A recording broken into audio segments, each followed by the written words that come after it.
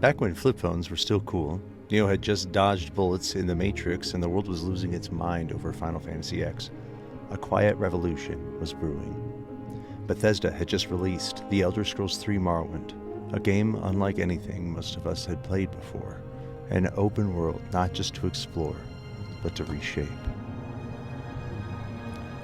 Bundled with the game was the construction set, a suite of tools that looked more like software for developers than something a player should touch.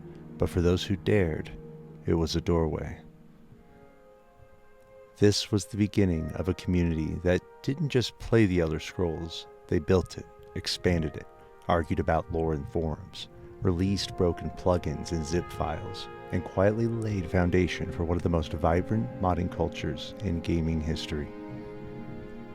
I had heard of Tamriel Rebuilt. The name was legendary, but I didn't know the full story. Was it still being developed today?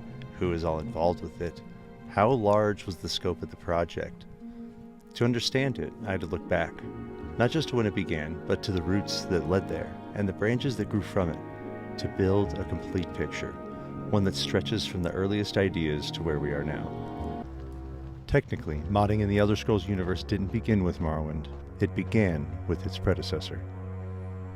Released in 1996, Daggerfall had a massive, procedurally generated world, and while it didn't come with official tools, players began editing save files, hex values, and eventually creating homebrew tools to modify quests and items. It was crude, it was unstable, but it was the spark. And though Daggerfall was a cult success in its own right, Morrowind wielded with it its most important element, a port to console.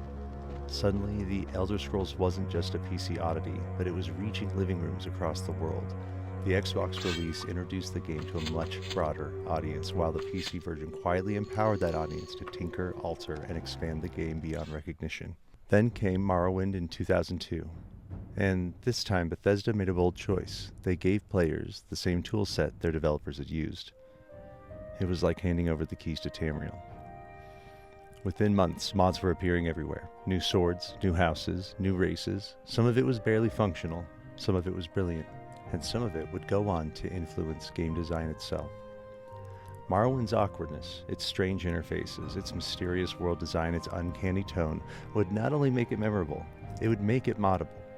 This was not a polished, complete world. It was a fascinatingly unfinished one. And for modders, that made it a fertile ground, the first quiet explosion in what would become a chain reaction, year after year, game after game, mod after mod.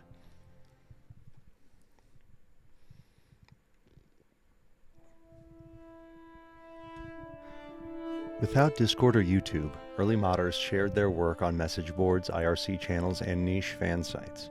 Places like Planet Elder Scrolls and Elder Scrolls forums became incubators of creativity and chaos. Looking at you, pig modding.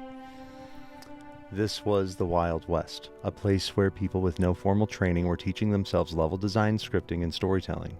Some modders became legends.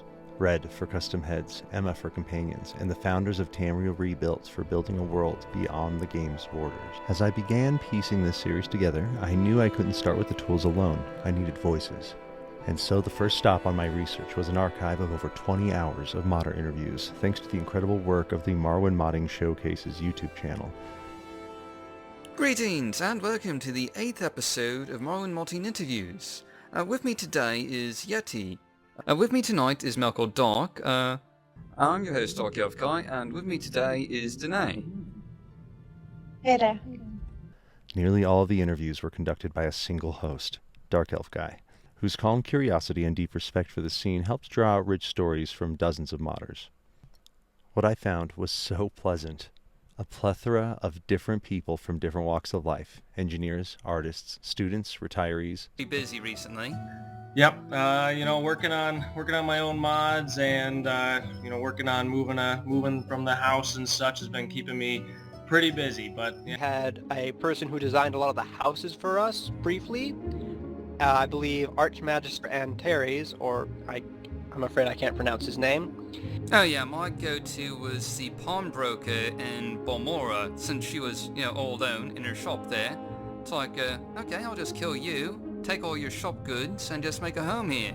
And that's easy. My first mod, which I'm fairly sure is going to be my last mod as well, is my house, Pegasus Estate. I picked Morrowind off a store shelf in, I think, 2008.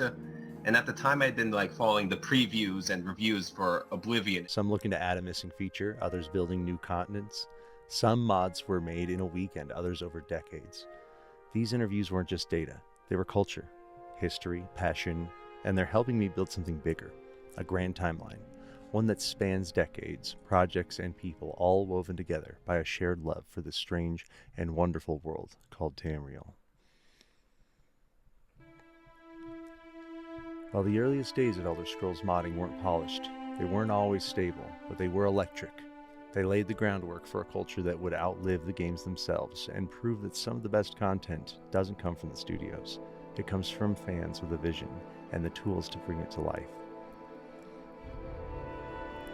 Next time we'll journey into the rise of Tamriel rebuilt and the impossible dream of building all of Morrowind by hand. And while I'm going through all of these interviews, my curiosity has just been too piqued.